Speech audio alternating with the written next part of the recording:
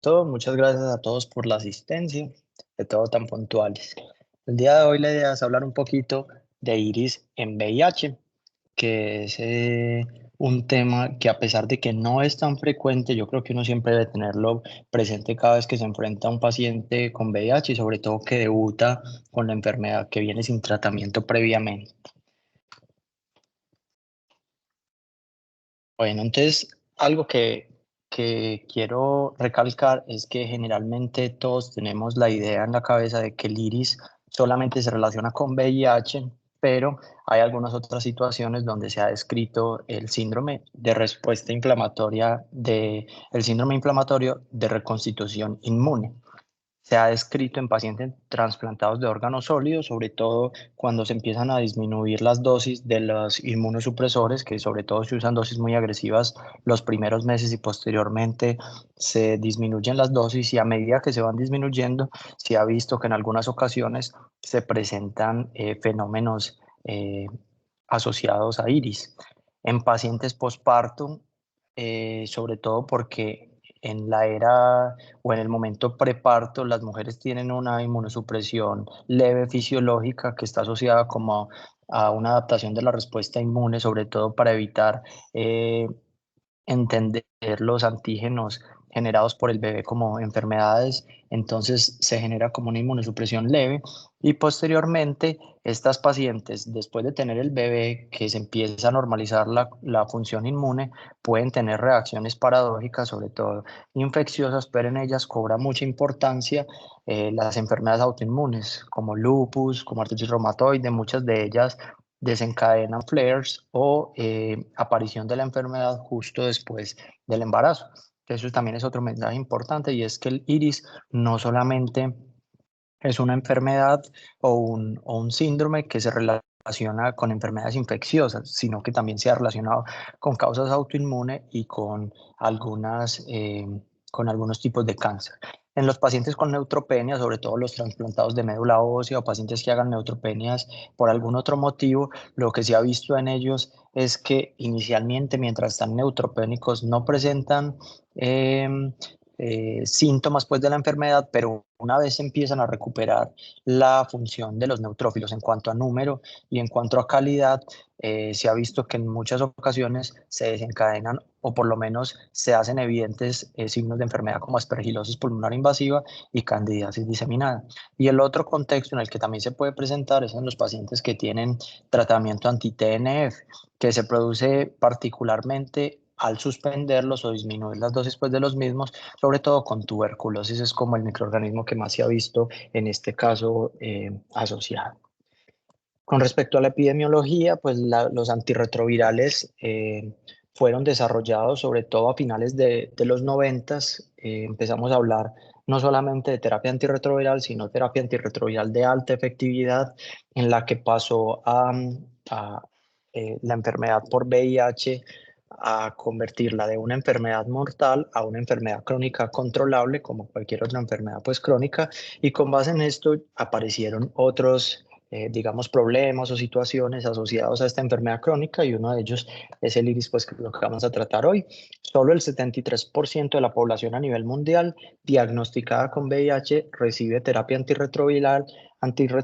y en Colombia el 94% recibe terapia antirretroviral de los pacientes que están diagnosticados. Digamos que la OMS en los últimos años ha creado esta propuesta que es estrategia 90-90-90 que hace referencia a tener diagnóstico en más del 90% de los pacientes con la enfermedad, que más del 90% estén tratados y más del 90% se logre control virológico de la enfermedad. Estos son como los objetivos que la OMS plantea con respecto a la enfermedad y ellos tienen una estrategia fast track para ayudar a cumplirlos en la mayoría de los países. Digamos que cuando uno mira los otros países, muchos no están como cumpliendo esas metas y aunque Colombia está como en el segundo ítem, que es en el tratamiento ligeramente por debajo, perdón, en el control virológico ligeramente por debajo de 90, los otros dos sí están como cumpliendo las metas y digamos que a pesar de Colombia ser un país pues en vía de desarrollo, se comporta bastante bien con respecto al diagnóstico y al tratamiento de la enfermedad. Actualmente, en el último recuento que tenemos del 2020, había 38 millones de personas infectadas por VIH. En Colombia, desde el 83 hasta el 2019, había 123.490 personas viviendo con VIH o que habían tenido el diagnóstico y se cree que hay una letalidad asociada de 13,17 por cada 1.000 personas infectadas.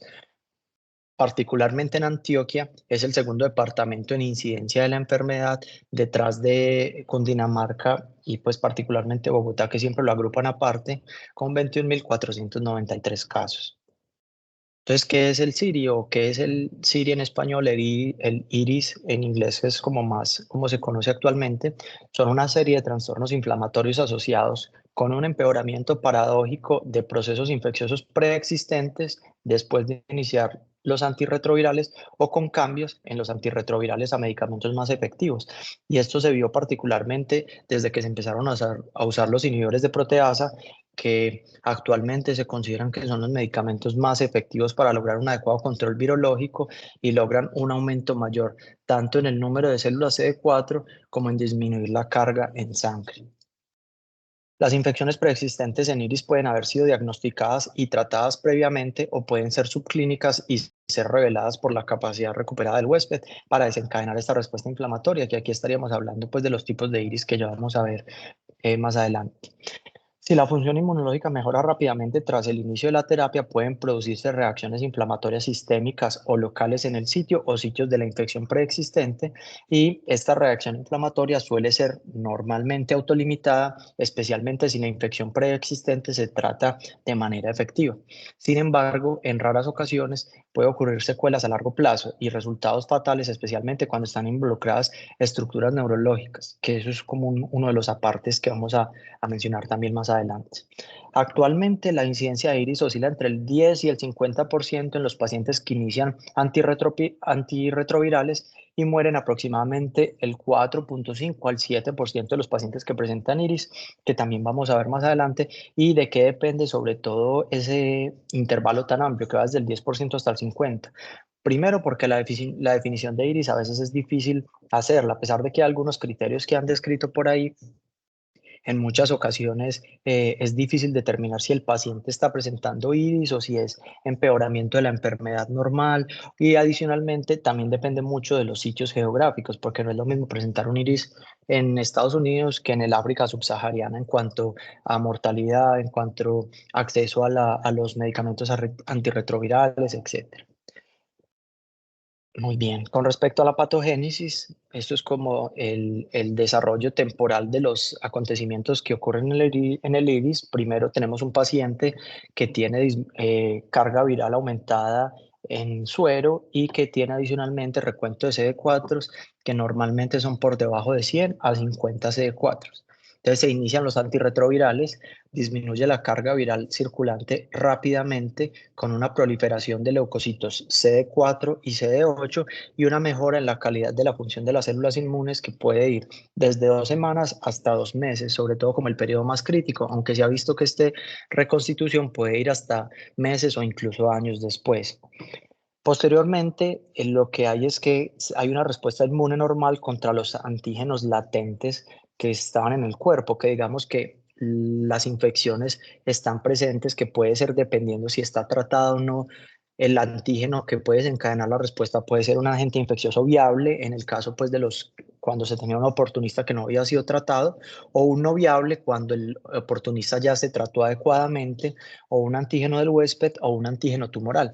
Pero básicamente es que hay una respuesta inmune que no se había presentado inicialmente porque no había células ni citoquinas inflamatorias lo suficiente para generar esa respuesta inmune, y una vez se logra recuperar esa función normal del sistema inmune, se genera toda la respuesta inflamatoria un poco más aumentada. Y la otra parte que ellos mencionan es que no solamente hay aumento en las células de respuesta inflamatoria, sino también en las células contrarreguladoras que evitan que se module esa respuesta inflamatoria y se evite el daño, como lo mismo que pasa similar a un síndrome de SIRS, que generalmente lo que ocurre es que hay un desbalance entre los métodos activos contra la infección o la respuesta a la noxa con los contrarreguladores. Algo muy similar ocurre acá. Y finalmente todo eso lleva a inflamación y daño tisular severo. ¿Cuáles son los tipos de iris? Pues hay, digamos que hay dos respuestas que se describen normalmente en la literatura, que es el iris por desenmascaramiento, cuando hay una reacción a una infección que estaba encubierta, o el iris por reacción paradójica, que es cuando hay un deterioro de una infección a pesar de un tratamiento exitoso, que es lo que no se esperaría en condiciones normales de esa enfermedad. Entonces, digamos que cuando el paciente venía muy bien, estaba resolviendo sus síntomas y de repente tiene una recaída con aparición de los síntomas incluso más severos que al inicio de la enfermedad, esa es una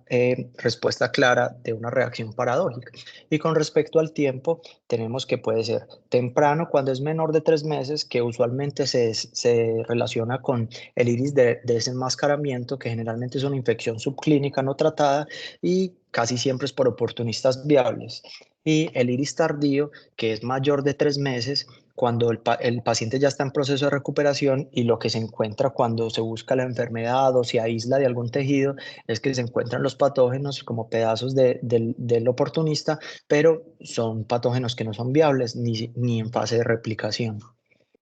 Los factores de riesgo, pues la doctora Alicia Hidrón nos nombra estos en el artículo que ella hace de la revisión del tema, que es el grado de inmunosupresión cuando los CD4 están bajos al inicio de la terapia. Idealmente, y esto sí es como bastante frecuente en todos los sitios donde uno revisa, y es que generalmente hablan de CD4 menores de 50 al inicio de la terapia o que hayan tenido un nadir de CD4 menor de 100 células por mililitro, que tengan pobre control virológico, que eso se describe como carga viral alta al inicio de la terapia antirretroviral pues en sangre, que haya un grado de respuesta inmunológica y virológica a la terapia antirretroviral, es decir, que se evidencie que con la terapia mejoraron los recuentos previos y que haya, ella mete este criterio acá porque en la revisión que ella estaba haciendo era como el iris asociado a infecciones por hongos, que es el diagnóstico previo de una infección por hongos, pues que ya habíamos mencionado, y particularmente ella menciona el uso de inhibidores de proteasa, que como mencionamos previamente, son los que generan esos cambios más rápido cuando se comparan con otros medicamentos antirretrovirales. También encontré estos otros factores de riesgo, que es cuando se iniciaba la terapia antirretroviral en un intervalo corto, es decir, menor de 30 días después de haber tratado la infección oportunista. Digamos que si se inicia en esos primeros 30 días, hay más riesgo de que el paciente haga IPS. Y ya la genética, pues digamos que a pesar de que yo creía que este no era tan importante, revisando después el tema me di cuenta que a veces el iris puede llegar a ser bastante idiosincrático, como que el paciente que lo va a realizar lo hace independientemente porque en muchos casos no cumple con ninguno de estos factores de riesgo, pero hacen iris. Entonces es importante que la genética tiene un papel importante, sobre todo en infecciones por herpes y micobacterias y con algunos marcadores, pues como los describen en este artículo. ¿Cómo se hace el diagnóstico de iris? Digamos que es una de las partes más complejas definir pues que un paciente tiene iris porque los criterios pueden ser bastante variables y adicionalmente cuando estuve buscando como en la literatura, buscando criterios más actuales, me di cuenta que la mayoría de los artículos usaban los criterios que ya voy a mencionar a continuación, que fueron creo que por French en el 2006, 2008, si no estoy mal, y a partir de ahí es como trataron de homogenizar la población en cuestión de los estudios clínicos, pero todos, digamos que confluyen en estos 4 puntos. Uno, que el recuento de CD4 previo al tratamiento sea menor a 50, algunos hablan menores a 100, que haya una disminución reciente significativa en la carga viral,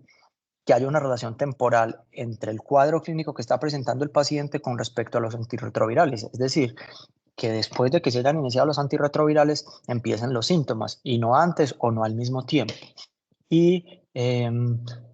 generalmente esto va de 4 a 8 semanas después del inicio de antirretroviral, aunque puede variar dependiendo del microorganismo y que haya ausencia de un diagnóstico alternativo más probable que pueda explicar los síntomas del paciente. Estos son los criterios pues, que les estaba mencionando previamente, que tienen los criterios de French, que es la definición que usa casi todo el mundo en los estudios que fueron del 2008, pero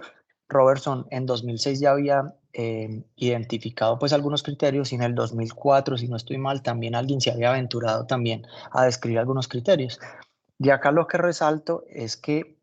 muchas veces uno dice cuánto es un cambio significativo en la carga virológica para definir que el paciente sí tuvo una respuesta efectiva. Y es, generalmente en esto sí concuerdan, es que haya un cambio de mayor de un logaritmo en base 10 copias del virus en sangre. Entonces es como el criterio que ellos mencionan. Con respecto a los microorganismos en iris, asociados a iris, vamos a ver que dependiendo del microorganismo, cada uno tiene unas manifestaciones específicas, un tiempo en el que se espera que se encuentren los síntomas y, digamos, como algunas particularidades en cada uno de ellos. Entonces, digamos que en el que más se ha descrito el iris es en las infecciones por micobacterias, que en estos casos, pues casi en todas partes lo describen como el iris asociado a tuberculosis y el iris asociado a complejo Mycobacterium avium.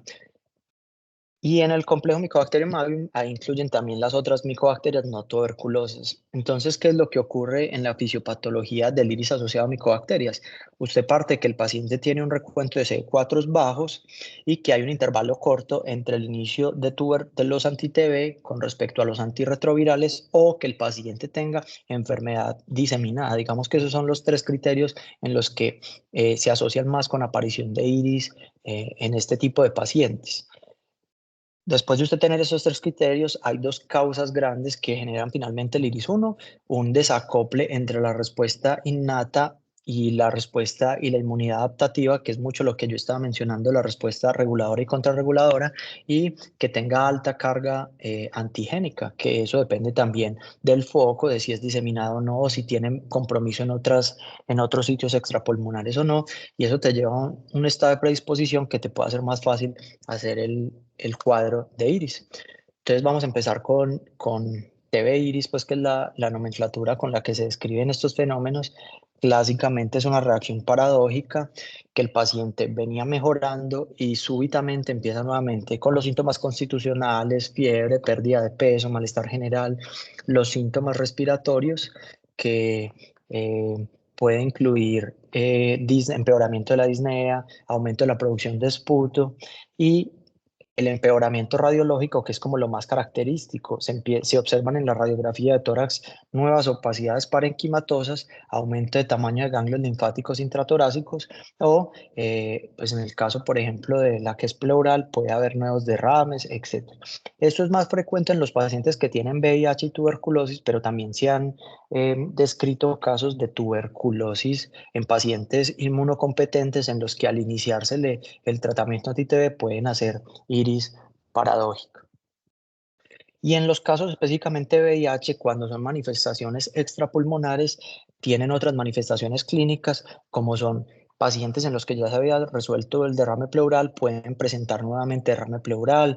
lesiones en piel. Esto es muy común de todos los, como transversal casi a todos los fenómenos de iris, que es el empeoramiento de las adenopatías o linfadenitis. Es muy común y que cuando se estudia ese líquido, pues lo que se encuentra es que es un líquido purulento pero estéril, porque ya las micobacterias pues ya están en proceso de control, ya fueron tratadas y por eso ya están muertas, entre comillas. La expansión de las lesiones pues en el sistema nervioso central, de los tuberculomas, y digamos que este es uno de los casos específicos en los que el iris cobra más importancia, porque a diferencia de las otras manifestaciones, este es de los iris que tienen más riesgo de que el paciente se pueda complicar o incluso presentar muerte asociada pues al iris por la enfermedad. Los pacientes que tienen tuberculosis intestinal con el iris pueden presentar peritonitis o ruptura de víscera hueca o hacer una nefritis granulomatosa inicialmente. Con respecto a Mycobacterium avium, hay dos posibilidades. Uno, que se haya detectado previamente y se haya tratado. En ese caso, cuando uno busca los cultivos de sangre y el cultivo de médula va a salir negativo, o que haya sido una enfermedad que estaba subclínica sin tratar, en la que se evidencian aparición de granulomas con pocos bacilos ácido alcohol resistentes. Generalmente el tiempo en el que se producen los síntomas van desde 1 semana a 8 semanas después de iniciar la terapia antirretroviral, y las manifestaciones más comunes sobre todo son de linfadenitis y empeoramiento de los ganglios que ya se tenían inflamados. Y hay algunos otros reportes de casos de aparición de nuevas lesiones endobronquiales o algunas lesiones nuevas pulmonares. Con respecto a criptococo, los síntomas inician hasta 2 meses después, desde 2 meses después de iniciar los antirretrovirales hasta 6 meses después. Y lo que se ve, el compromiso clásico, es que ustedes saben que la meningitis por criptococo generalmente es una meningitis crónica, más larvada, en la que el paciente pues desarrolla síntomas de forma subaguda. Pero cuando se inician los antirretrovirales, una vez se activa toda la respuesta inmune, se convierte, por decirlo así, en una meningitis aguda con todo el cuadro inicial, con lo que eso conlleva: rigidez de nuca, vómito, fiebre, alteración del estado de conciencia. Y cuando uno compara los líquidos cefalorraquídeo, inicialmente puede que el único hallazgo que tengamos presente cuando es por criptococo es que tenga aumento de la presión de apertura, pero después de que uno inicia el tratamiento y el paciente inicia con síntomas, cuando se toma el líquido cefalorraquídeo es un líquido de una meningitis aguda.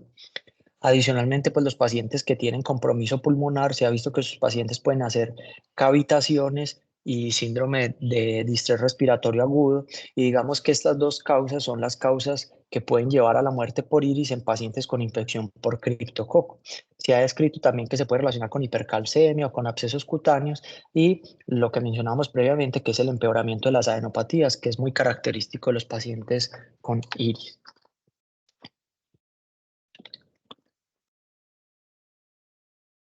Con respecto a citomegalo, lo característico es el IRU, que es el Immune Recovery Uveitis, el espectro de presentación es bastante amplio, se puede manifestar desde dolor ocular, disminución de la agudeza visual, ojo rojo, visión borrosa o fenómeno de Tyndall, y los síntomas pueden iniciar desde 4 semanas después hasta 4 años después. Este es importante tenerlo en cuenta porque este es uno de los iris que pueden dejar algo de secuelas en los pacientes. Entonces, se debe tener en cuenta,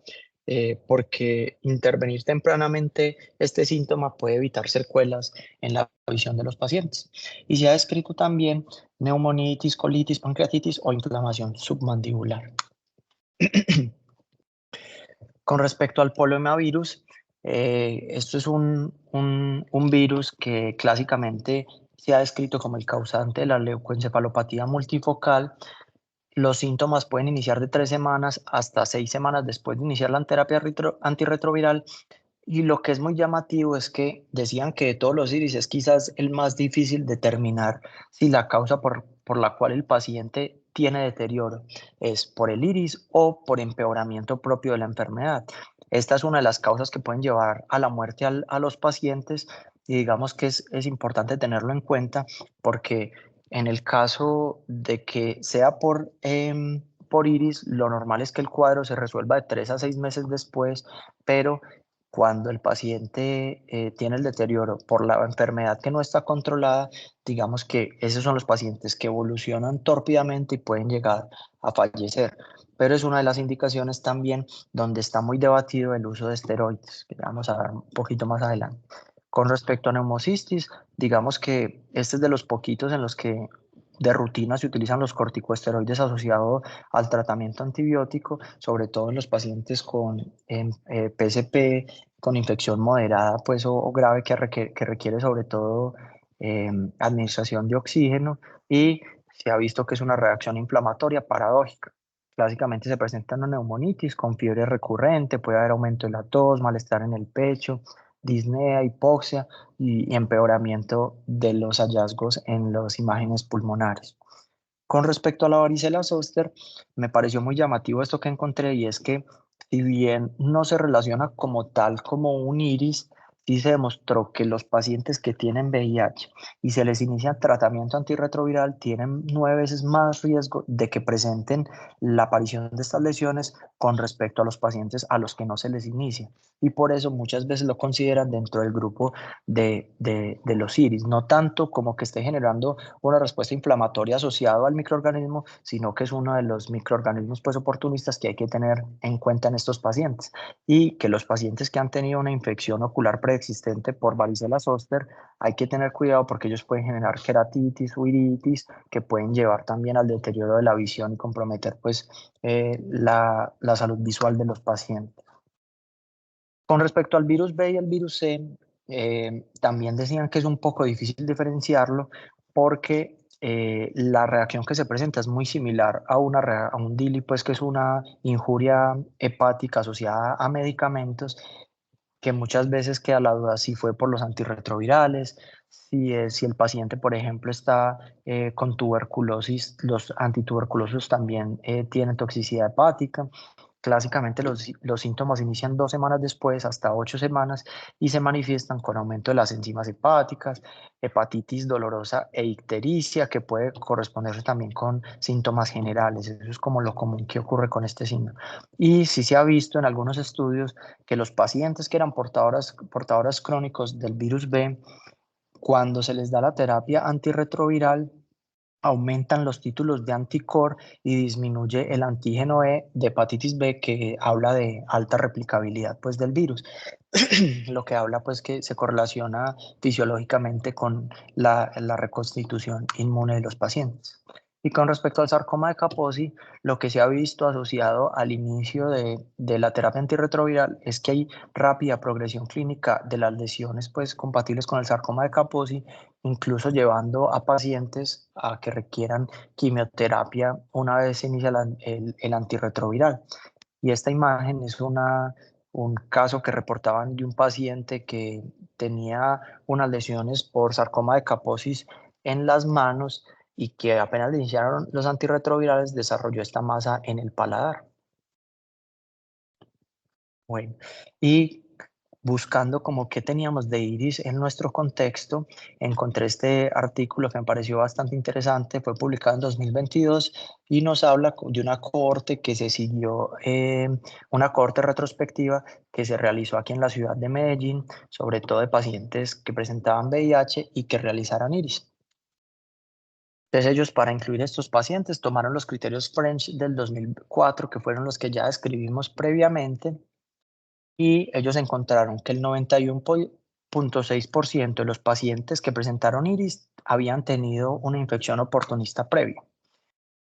De ellos, el 72.7% era tuberculosis, PSP y toxoplasma 18.1 y criptococo, histoplasma herpes y citomegalovirus 9% cada uno y sarcoma de Kaposi 4.5%. El 27.2% sufrió 3 eventos oportunistas, 27.2 eventos y la mayoría solamente sufrió un único evento oportunista. Lo llamativo de este artículo, y es una de las preguntas que yo me hice cuando estaba revisando pues este tema, porque lo hablábamos con el doctor Pablo, y es si el iris realmente mata, es que por ejemplo en este caso, que fue una cohorte de, lo anoté por aquí, no lo tengo, eran aproximadamente como 200 pacientes. De ellos, ninguno se murió, 164 y 24 pacientes que fueron los que desarrollaron INIS. Eran como 200 y digamos que durante el periodo de estudio ninguno falleció como causa de IRIS, aunque digamos que eso ya lo vamos a ver más adelante, que es lo que mencionan adicionalmente. Y estas dos gráficas las traigo porque digamos que ellos trataron de identificar factores de riesgo que pudieran ayudar como a saber cuál paciente era más probable que hiciera iris, pero como vemos pues en esta tabla, ningún valor de P fue significativo, lo que habla de que no hay un factor de riesgo claro que explique o que prediga que un paciente pueda realizar infección por iris. Lo mismo lo quisieron ver con los antecedentes personales, pues por el número de antecedentes personales, y tampoco hubo ninguna diferencia. Y lo llamativo es que tampoco hubo diferencia con respecto al tiempo del inicio del tratamiento de antirretrovirales versus los que se iniciaron más temprano, estándar o tardío. O sea, realmente no hubo una diferencia, y estas tres tablas básicamente lo que nos dicen es eso, que esos pacientes, eh, el que va a hacer iris casi que es una reacción que es muy idiosincrática, no hay una forma de predecirlo, el paciente que lo va a presentar lo presenta y punto. Y buscando pues como otras cositas me encontré que también hay biomarcadores y hay reportes de casos y series en las que buscan como qué biomarcadores se pueden aumentar en los pacientes como para hacer seguimiento de qué pacientes se están presentando iris o no, cuando a veces el diagnóstico es más difícil. Y ellos mencionaban que en ese artículo revisaron interleuquina 6, 8, CD14, TNF, etcétera, pero digamos que en aras de no extendernos mucho en la charla, ninguno está aceptado universalmente, pues, y las guías todavía no recomiendan el uso de ninguno de estos para el seguimiento de los pacientes con iris. Entonces pues digamos que tiene un futuro prometedor, pero por el momento no hay como una indicación clara con el uso de los mismos. Finalmente, ¿cómo se maneja el iris? Lo primero es continuar con la terapia antirretroviral, eso es lo más importante, no se debe suspender. Se deben tratar las infecciones oportunistas que vayan apareciendo y tener en cuenta que la mayoría de los síntomas por iris se resuelven espontáneamente en semanas. Si las reacciones son graves o ponen en peligro la vida, puede requerirse el uso de ciclos cortos con corticosteroides para suprimir las reacciones inflamatorias exageradas, y la dosis que ellos recomendaban era emplear prednisolona a dosis de 0,5 a 1 miligramo kilo día por 5 a 10 días, pues es como lo que decía en esta revisión. Pero hay otra pregunta que fue la que se hicieron en el artículo del New England, que digamos que es como el que conocemos todos, que es, ¿hay alguna forma de prevenir el iris en pacientes con VIH? Y ellos hicieron esta pregunta sobre todo en tuberculosis, que era el microorganismo más frecuentemente asociado con este síndrome. Ellos tomaron este estudio que eran 240 pacientes con VIH que estaban iniciando antirretrovirales de nuevo y que habían comenzado antituberculosos dentro de los 30 días antes de iniciar la terapia antirretroviral y que tenían unos CD4 menores de 100. Fue un estudio, un ensayo clínico aleatorizado, doble ciego y controlado con placebo, y la intervención fue prednisolona 40 miligramos al día durante 14 días y luego la mitad de la dosis por otros 14 días. Y el desenlace que yo estaba buscando es el desarrollo de tuberculosis, iris asociado a tuberculosis dentro de 12 semanas después de iniciar la terapia antirretroviral. ¿Qué encontraron ellos? Con respecto a las características basales, no hubo mucha diferencia, pero a mí sí me queda una duda pues acá al respecto, y sí quisiera que lo discutiéramos como al final, y es que ellos solamente tenían confirmación microbiológica en el caso de prednisolona del 71% y en el caso de placebo del 75%. O sea que hay casi un 25% en uno y un 30% en el otro de pacientes en los que se creía que tenían tuberculosis por clínica, pero que nunca realmente supimos si era tuberculosis o no. Entonces esto es como uno de los peros del artículo, que quisiera como que los profes al final hablaron un poquito como de esto. ¿Qué encontró ese artículo? Pues que los pacientes que estaban con prednisolona encontraron que 39 de 120 presentaron iris y los que estaban con placebo 56 de 120. Una P que fue estadísticamente significativo, y cuando se hacía el seguimiento de la aparición del evento en el tiempo con la prednisolona a partir aproximadamente del día 2 empezó a haber diferencias pues clínicamente significativas y fueron sostenidas durante todo el seguimiento. Con respecto a los efectos adversos, solamente se encontró que hubo diferencia con los eventos adversos clínicos grado 3, que ellos los describen pues ahí particularmente, pero no me quise pues como extender mucho al respecto, pero llamativamente se presentaron más en el grupo placebo que en el grupo prednisolona. Eso habla de que el uso de la prednisolona pues aparentemente no genera más daño que no darlo en este tipo de pacientes, y eso me parece interesante tenerlo en cuenta. Y este análisis por subgrupos, que es lo que quería como discutir ahorita con los profes, es que con respecto a los recuentos de CD4, pues no hubo realmente ninguna diferencia. Sí hubo diferencia con los cambios de la carga viral. Miren que los pacientes que tenían más de 100.000 copias al inicio, pues hacen más iris que los que tienen menos de 100.000 copias, que es algo lo que veníamos hablando, pero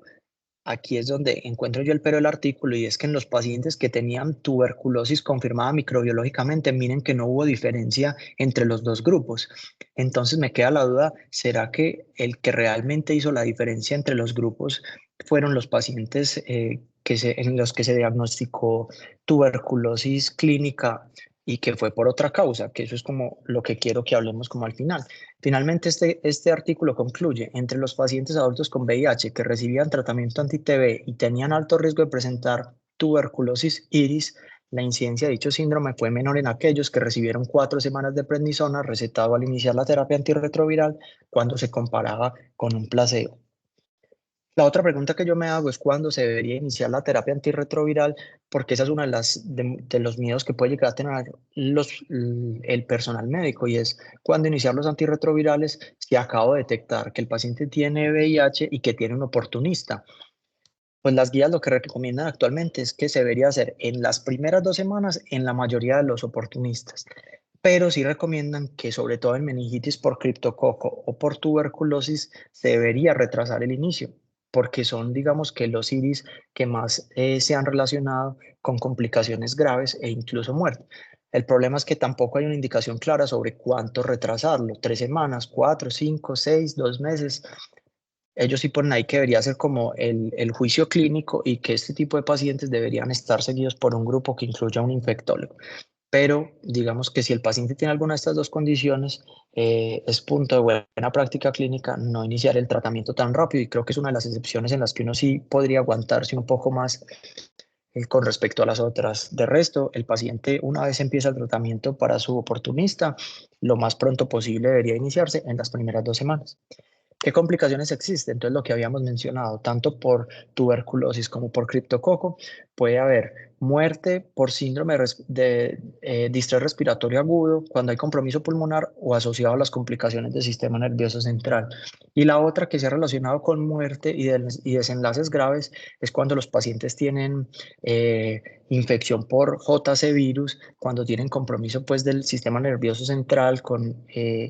em, con la leucoencefalopatía multifocal, que en ese caso esos pacientes también se deberían seguir más de cerca porque este es el otro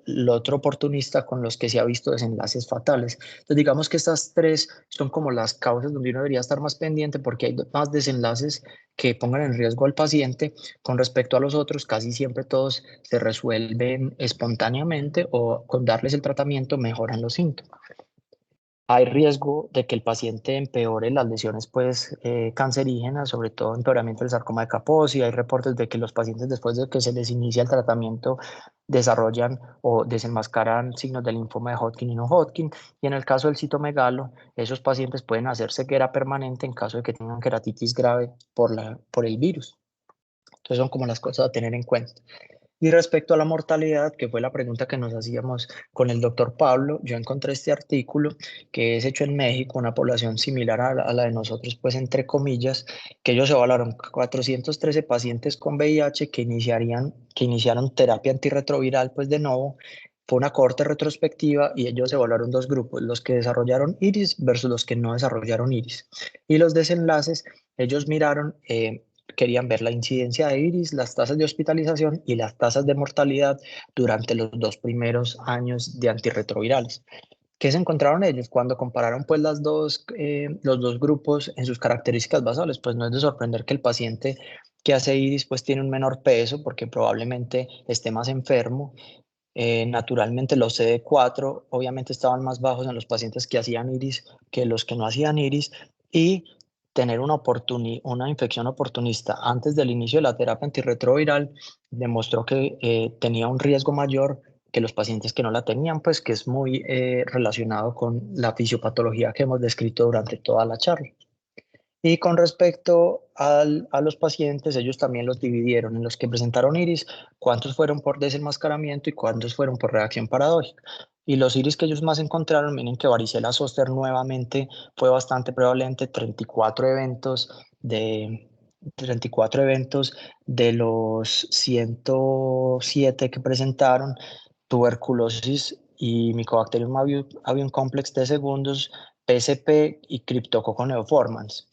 Y en los otros, pues había variados, pero estos fueron los que más se presentaron como en toda la población.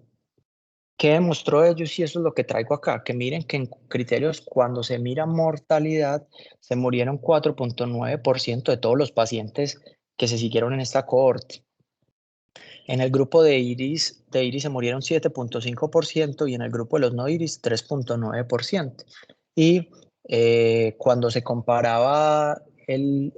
RR, miren que daba 2.3, pero no fue estadísticamente significativo. ¿Qué nos dice esta cohorte? Que no hay diferencia con respecto a mortalidad entre los pacientes que hacen iris versus los que no hacen iris. Y esto es con respecto al riesgo de mortalidad sobre si usted tuvo un oportunista antes del inicio versus si tenerlo después. ¿Y qué demostró? Que obviamente si usted tenía un oportunista antes del inicio de la terapia, usted tenía más riesgo de morirse por el oportunista, pues por haber tenido el oportunista y después iniciar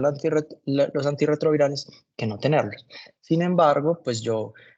si somos estrictos pues con esto, la mortalidad de iris de los pacientes que presentaron iris fue un 7.5% de todos los que presentaron iris, pero incluso tomando este valor,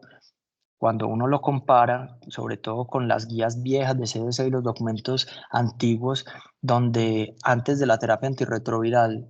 tener el diagnóstico de SIDA era casi que era una sentencia de muerte con tasas de supervivencia a 1 a 3 años que eran menores al 1%. Digamos que en ese balance uno tendría 7,5% riesgo de morir si usted presenta iris versus 100% si usted no recibe terapia antirretroviral, que pues básicamente soporta claramente que en los pacientes que tienen eh, VIH debería iniciarse los antirretrovirales, aún incluso aunque tengan riesgo de hacer iris, porque la terapia antirretroviral salva vidas. Digamos que el riesgo de morirse por iris es bajo con respecto a no recibir la terapia antirretroviral. Y este es el seguimiento que ellos querían mirar.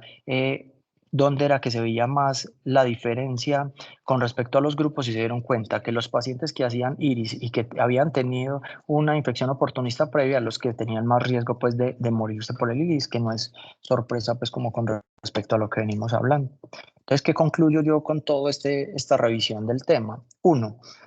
debe vigilar a los pacientes con factores de riesgo para iris después de iniciar la terapia antirretroviral, que los factores de riesgo fueron los que mencionamos pues previamente. El iris puede tener un espectro amplio de presentación y dependiendo del microorganismo que esté generando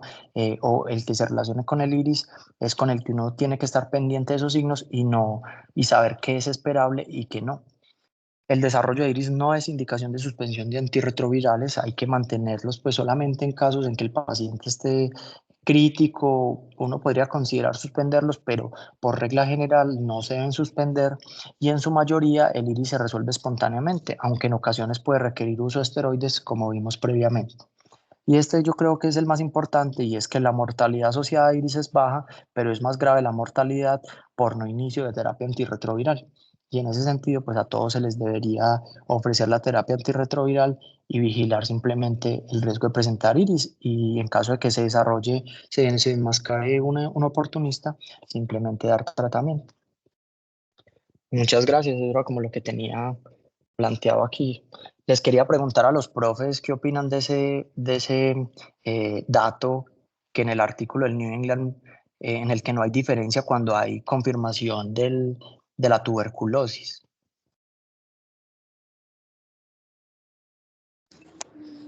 Andrés, no, lo que pasa es que tuberculosis en sistema nervioso central es un diagnóstico muy difícil de hacer, porque los goles estándar pues, no son 100% fiables. Partimos de que la mayoría de la muestra son líquidos cefalorraquídeo y el desempeño de las PCRs en general en los líquidos no es el mejor, la PCR de tuberculosis.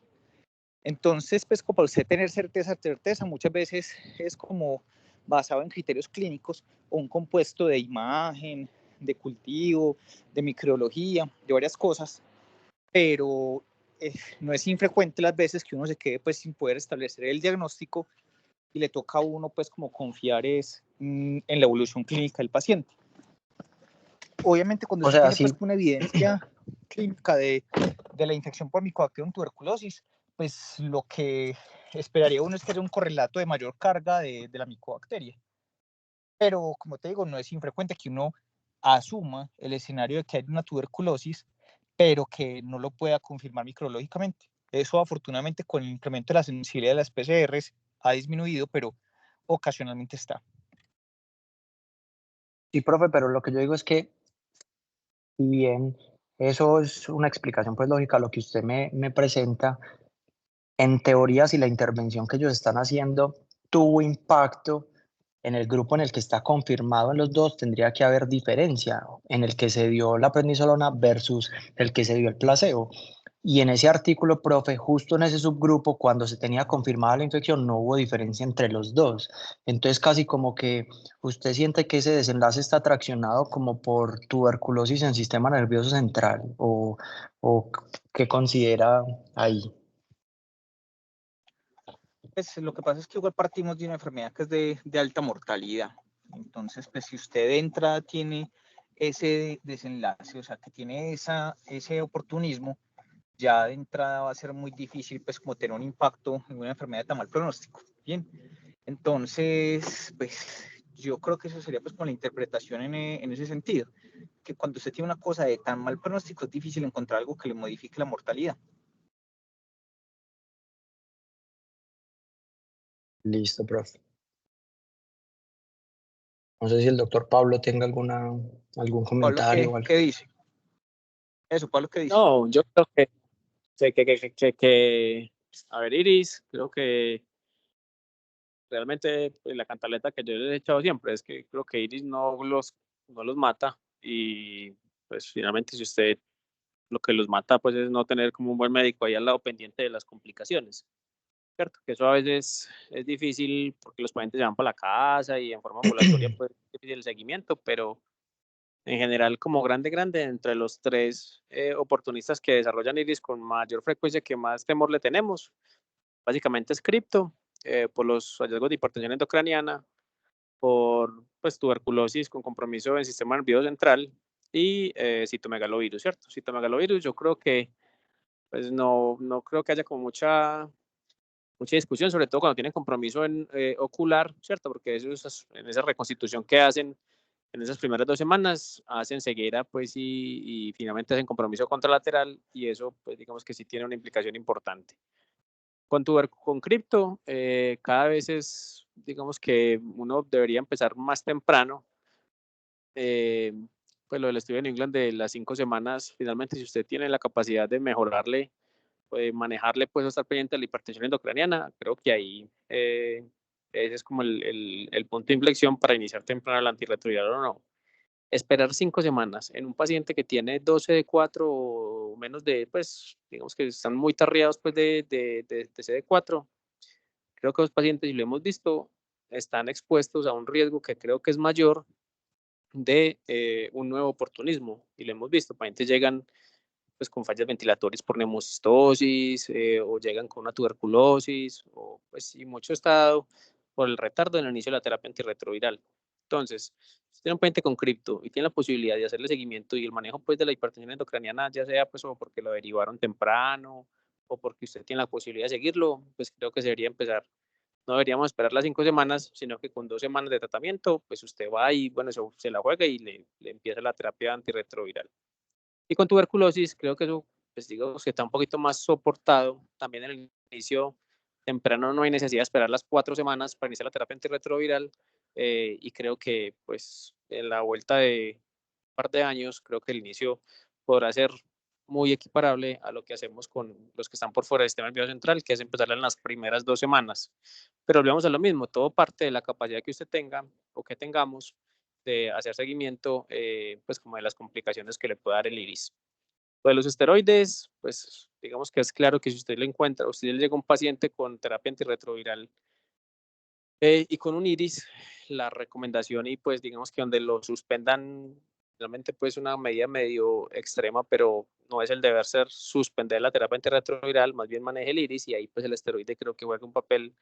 papel importante pues como para evitar pues como una complicación y la complicación más grande es No, suspender la yo estoy de terapia acuerdo con Pablo antirretroviral. en que normalmente, pues, Sí, sí, dale, pillín. no, que yo estoy de acuerdo con vos o sea, si uno puede manejar las complicaciones, lo que puede hacer, usted puede empezar más tempranamente. Si usted, pues, un man de estos con cripto, pues, lo tiene derivado, pues, ya que más da, pues, ya empieza la terapia antirretroviral. Pues, eso lo que va a hacer es ganar tiempo en general. Y yo creo que también depende, pues, con mucho el nivel educativo y la capacidad de seguimiento que usted tenga del paciente. Pues, mientras usted más temprano lo pueda hacer, pues, mejor y pues facilidad de acceder o tener el paciente pues como cortico pues en el sentido de tenerlo controlado. Sí, de acuerdo, y a veces también lo vemos pues pacientes hospitalizados que llevan un montón de tiempo hospitalizados y esperando un estudio, que esperando la biopsia, que esperando tal, y lleva ahí 4 semanas y este man pues con 13 de 4 y nada, que le empezamos terapia antirretroviral. Entonces, uno ya empieza a preguntar, ¿será que este man,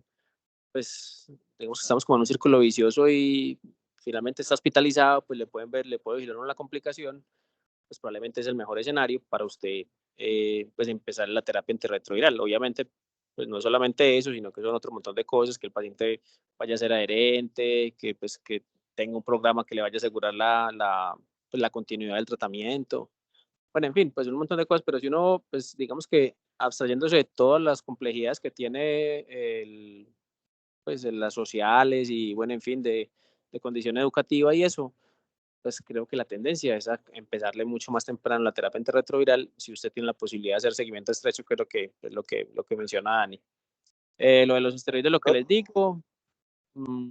y una claridad de punto que Andrés mencionaba ahí, que la terapia antirretroviral, digamos que lo más efectivo son los inhibidores de proteasa. Pues básicamente esos trabajos son muy antes de los inhibidores de integrasa, o sea, de raltegravir, de dolutegravir, y probablemente pues de ahí parte como ese concepto, pero finalmente pues creo que los inhibidores de integrasa ahora están un poquito más por encima de los inhibidores de proteasa, siendo los dos, pues o cada uno como en su nicho, siendo los dos medicamentos con una alta barrera genética y con una potencia muy, pues como mayor. Creo que eran como esas tres cosas. No sé si Dani iba a decir algo. No, una cosa pues como adicional, pues como que en términos generales pues nosotros no hacemos de rutina que a todo paciente con tuberculosis y VIH pues le mandamos pues como esteroides, pues tiene que ser pues con un paciente que no tenga de entrada alto riesgo y sobre todo pues en ese contexto de tuberculosis meningio. Obviamente pues en los datos pues como más recientes lo ponen a uno a dudar mucho si realmente pues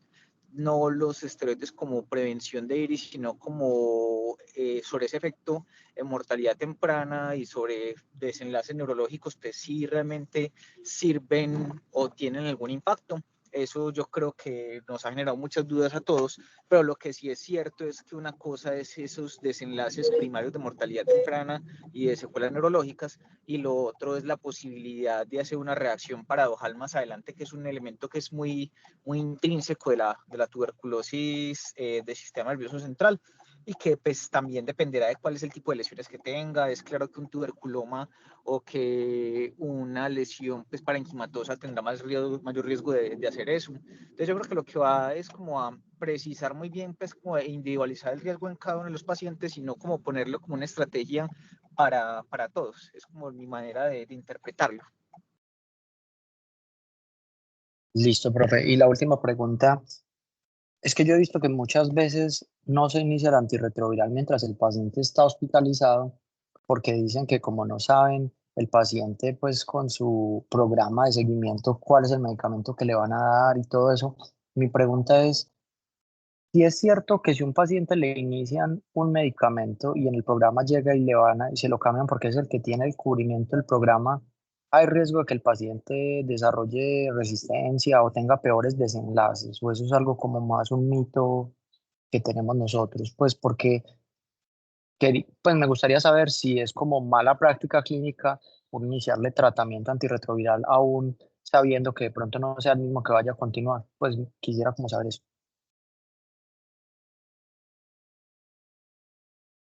Pues que hagan como resistencia, pues básicamente si lo cambian temprano, pues si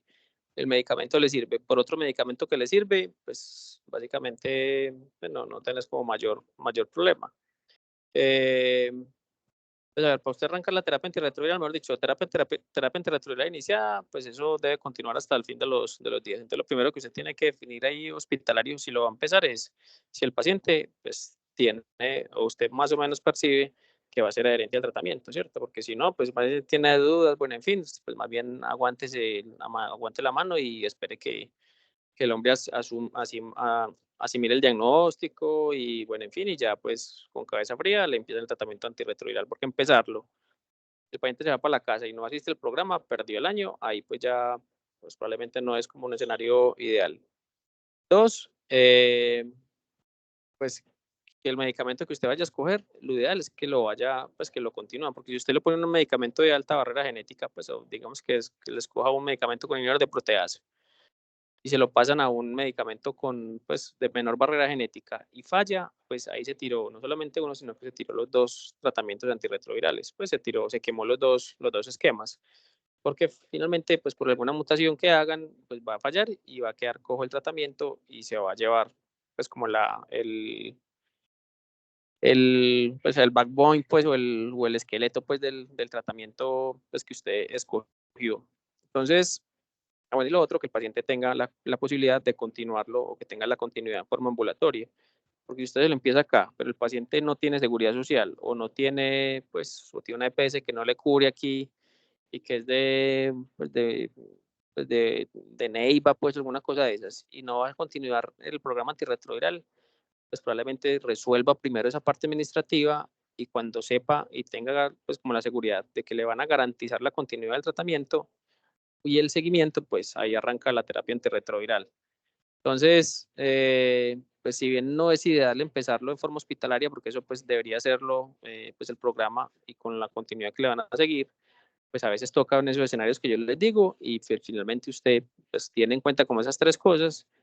y con eso pues digamos que lo empalma en el programa.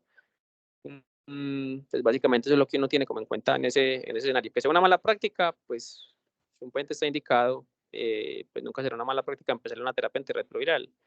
Pero a veces se toca uno volverse un poquito práctico y definir, pues este man yo le empiezo aquí, pero pues un habitante de calle, este man cuando se vaya no se va a tomar nada, pues para qué huevonada le va a empezar de un tratamiento antirretroviral si no lo va a continuar. O usted ve que ese paciente no se lo va a tomar porque pues, es farmacodependiente y eso, no, más bien depure, salga de eso y cuando esté en su casa pues define si lo va a tomar o no, porque una cosa sí es clara, es que usted si empieza una terapia antirretroviral, pues digamos que lo tiene que empezar o la tiene que continuar pues hasta 3 días después de morirse, como le decimos a los pacientes.